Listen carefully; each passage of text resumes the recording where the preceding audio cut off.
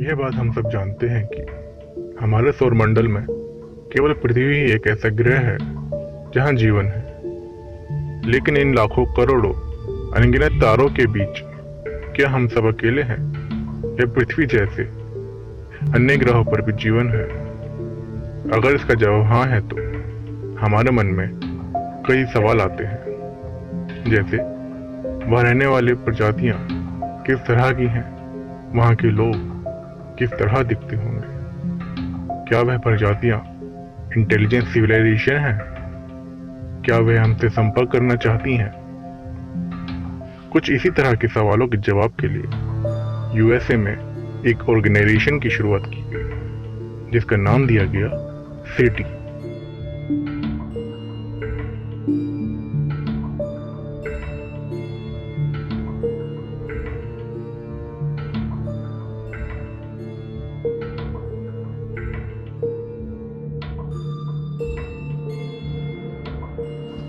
सेटी यानी कि search for extra terrestrial intelligence एक ऐसी ऑर्गेनाइजेशन है जो पृथ्वी से बाहर इंटेलिजेंट सिविलाइजेशन यानी कि बुद्धिमान प्रजातियों की खोज में लगी हुई है। सेटी ऑर्गेनाइजेशन पृथ्वी से बाहर इंटेलिजेंट सिविलाइजेशन की खोज के लिए रेडियो सिग्नल और लेजर सिग्नल्स का प्रयोग करती है।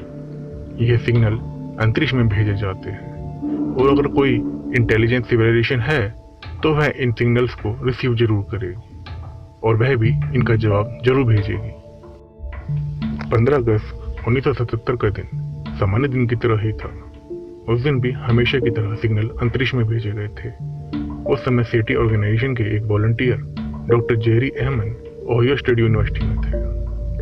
उन्हें वहां बिग ईयर रेडियो टेलीस्कोप पर कुछ हलचल सी नजर आई। डॉक्टर एहमन ने देखा कि रेडियो टेलीस्कोप को बहुत ही पावरफुल सिग्नल मिल रहे थे जो कि नॉर्मल रेडियो सिग्नल से बिल्कुल अलग थे। डॉक्टर अहमद ने सिग्नल की लोकेशन देखी तो आश्चर्य में पड़ गए। यह सिग्नल पृथ्वी से 120 प्रकाश वर्ष दूर टाउ सेगिटरी तारा समूह के पास से आ रहे थे। रेडियो टेलीस्कोप पर यह सिग्नल 72 सेकंड तक डिकोड किए गए।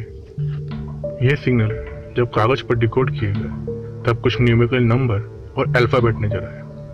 डॉक्टर जेरी अहमद ने जब इन डिकोडेड सिग्नल्स का मेजरमेंट किया तब वे आश्चर्य में पड़ गए, क्योंकि इन सिग्नल्स को इस तरीके से कोडेड किया गया था कि एक इंटेलिजेंट सिविलाइजेशन ही इन्हें कोड कर सकती थी। डॉक्टर अहमद ने डिकोड किए गए कागज पर वाव शब्द लिख दिया जो कि इस सिग्नल का नाम पड़ गया। डॉक्टर अहमद ने बाद में भी तारों की उस लोकेशन को ट्रेस किया और कई बार वहां सिग्नल भेजे। दिन, महीने, साल बीतते गए, लेकिन तारों के समूह से दोबारा कोई सिग्नल नहीं आया।